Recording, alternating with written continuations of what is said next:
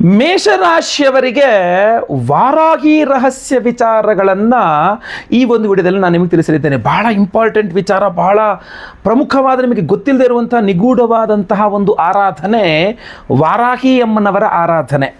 ಮೇಷರಾಶಿಯವರು ವಾರಾಹಿ ದೇವಿಯ ಆರಾಧನೆಯನ್ನು ಅಥವಾ ಮಂತ್ರ ಒಂದು ಆರಾಧನೆಯನ್ನು, ಆ ಪೂಜೆಯನ್ನು ಮಾಡಿದಾಗ ಅವರಿಗೆ ಯಾವ ಯಾವ ರೀತಿಯಲ್ಲಿ ಅನುಕೂಲಗಳಾಗಲಿದೆ ಅನ್ನುವಂಥ ವಿಚಾರವನ್ನು, ರಹಸ್ಯಮಯವಾದ ವಿಚಾರವನ್ನು ಈ ಒಂದು ವಿಡಿಯೋದಲ್ಲಿ ನಾನು ತಿಳಿಸಲಿದ್ದೇನೆ. ಮೇಷರಾಶಿಯವರ ವಾರಾಹಿ ರಹಸ್ಯ ಪ್ರಭಾವ ಅಂತ.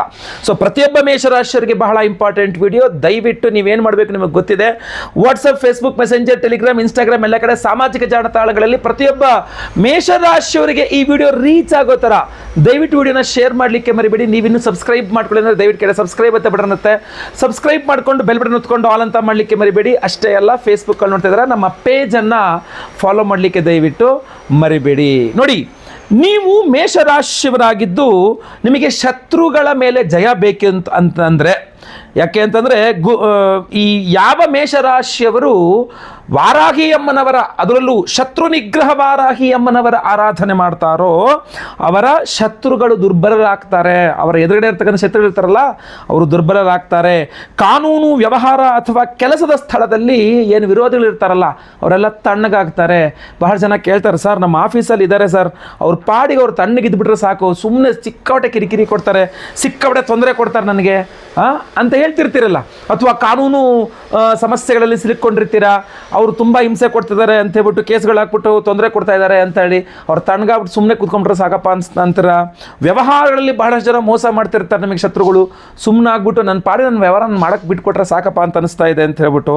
ಸೊ ಇದೆಲ್ಲ ಸಹ ವಾರಾಹಿ ಅಮ್ಮನವರ ಆರಾಧನೆಯನ್ನು ಮೇಷರಾಶಿಯವರು ಮಾಡೋದ್ರ ಮೂಲಕ ಸಿಗ್ತದೆ. ಅಷ್ಟೇ ಅಲ್ಲ, ನಿಮ್ಮ ಮಾತು ಮತ್ತು ನಿರ್ಧಾರಗಳಿಗೆ ಬಲವನ್ನು ಕೊಡ್ತಕ್ಕಂಥದ್ದು ಮೇಷರಾಶಿಯವರ ಮಾತು ಹಾಗೂ ಮೇಷರಾಶಿಯವರ ನಿರ್ಧಾರಗಳು, ಅವರು ತೆಗೆದುಕೊಳ್ಳುವ ನಿರ್ಧಾರಗಳು, ನೀವು ತೆಗೆದುಕೊಳ್ಳುವ ನಿರ್ಧಾರಗಳು, ಆ ನಿರ್ಧಾರಗಳಿಗೆ ಬಲ, ಮಾತಿಗೆ ಬಲ ಕೊಡ್ತಕ್ಕಂಥದ್ದು ವಾರಾಹಿ ಅಮ್ಮನವರು.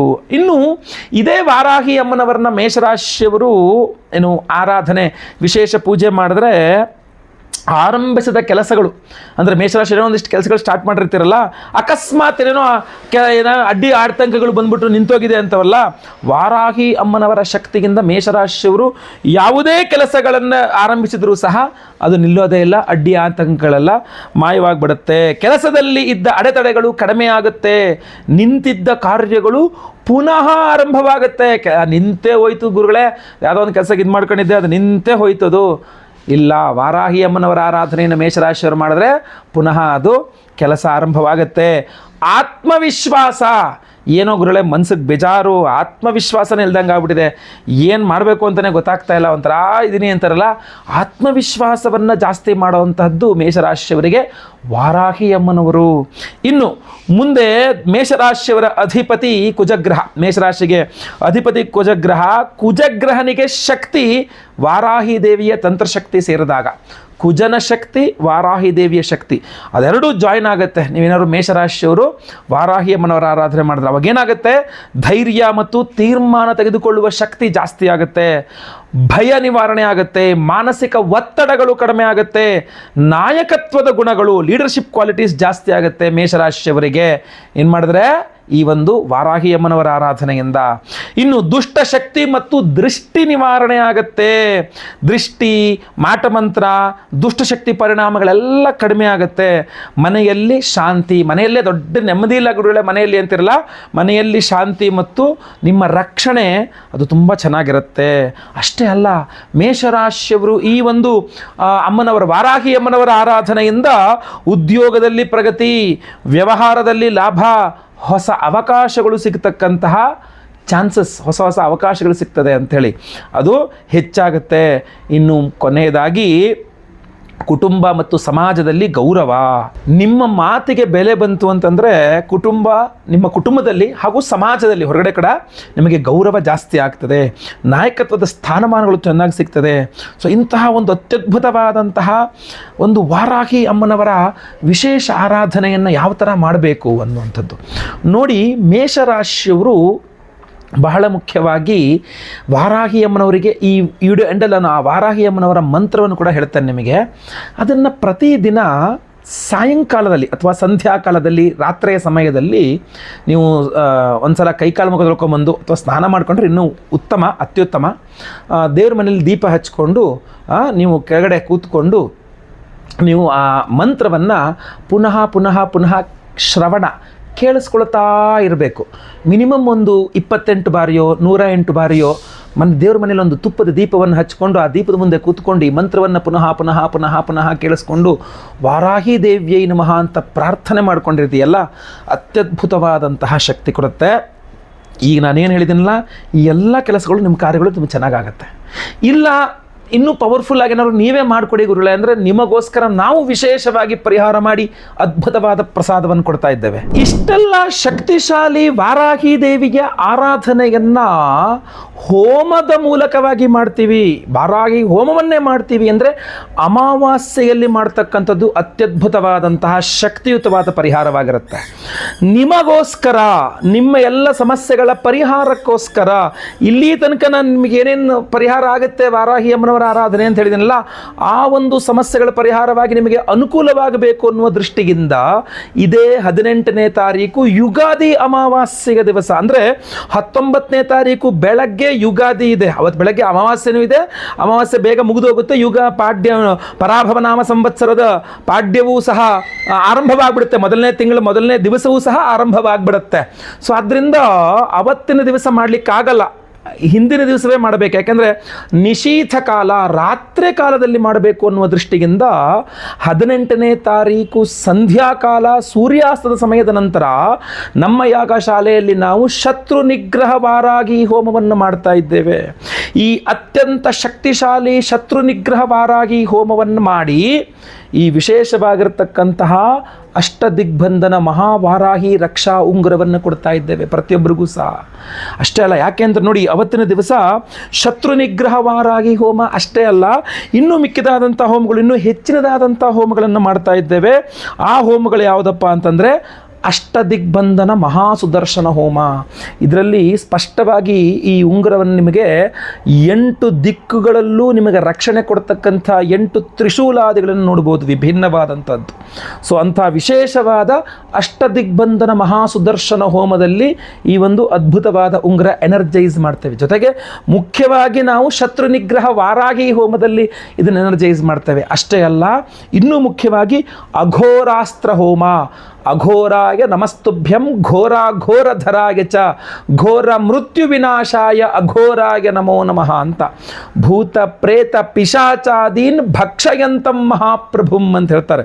ಅಂತಹ ಅದ್ಭುತವಾದಂತಹ ಯಾವುದೇ ನೆಗೆಟಿವ್ ಎನರ್ಜೀಸ್ ಇದ್ದರೂ ಪರಿಹಾರ ಮಾಡುವ ಅಘೋರಾಸ್ತ್ರೋಮವನ್ನು ಮಾಡಿ ಅದರಲ್ಲೂ ಸಹ ಈ ಒಂದು ಉಂಗುರ ಎನರ್ಜೈಸ್ ಆಗುತ್ತೆ. ಅವಿವಾಹಿತರಿಗೆ ವಿವಾಹ ಸಿದ್ಧಿಯಾಗಬೇಕು, ವಿವಾಹಿತರಿಗೆ ಅನ್ಯೋನ್ಯ ಸುಖ ದಾಂಪತ್ಯ ಜೀವನ ಸಿಗಬೇಕು, ಸ್ವಯಂವರ ಪಾರ್ವತಿ ಹೋಮದಲ್ಲಿ ಸಹ ಮಾಡಿ ಅದರಲ್ಲೂ ಸಹ ಈ ಉಂಗುರವನ್ನು ಎನರ್ಜೈಸ್ ಮಾಡ್ತೇವೆ. ಗುರು ಶಾಂತಿ, ಶನಿ ಶಾಂತಿ ಸಹಿತ ಮಹಾನವಗ್ರಹ ಶಾಂತಿ ಹೋಮಗಳನ್ನು ಮಾಡಿ ಅದರಲ್ಲಿ ಈ ವಿಶೇಷವಾದ ಉಂಗುರವನ್ನು ಎನರ್ಜೈಸ್ ಮಾಡ್ತೇವೆ. ಇಷ್ಟೆಲ್ಲ ಅತ್ಯದ್ಭುತವಾದಂತಹ ಹೋಮಗಳನ್ನು, ವಿಶಿಷ್ಟವಾದಂಥ ಹೋಮಗಳನ್ನು 18ನೇ ತಾರೀಕು ಅಮಾವಾಸ್ಯೆ, ಯುಗಾದಿ ಅಮಾವಾಸ್ಯೆಯ ಪರ್ವ ದಿನದಂದೇ ನಿಶೀಥ ಅಂದರೆ ಸಂಧ್ಯಾ ರಾತ್ರಿ ಕಾಲಗಳಲ್ಲಿ ಈ ವಿಶೇಷವಾದ ಹೋಮವನ್ನು ಮಾಡಿ ಈ ವಿಶೇಷವಾದ ಉಂಗುರವನ್ನು ಎನರ್ಜೈಸ್ ಮಾಡಿ ನಾವು ನಿಮಗೆ ಕಳಿಸ್ಕೊಡ್ತೇವೆ.